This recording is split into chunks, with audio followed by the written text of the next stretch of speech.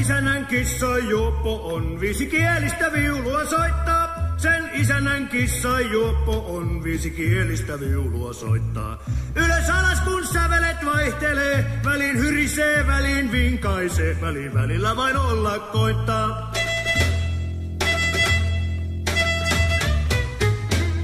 Ja isännän koira pieni se, hyvin vitsejä ymmärtää.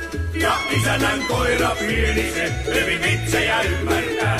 Kun hauskat on jutut vieraiden, niin hörössä ovat korvaukset ja se nauraa hähähähä.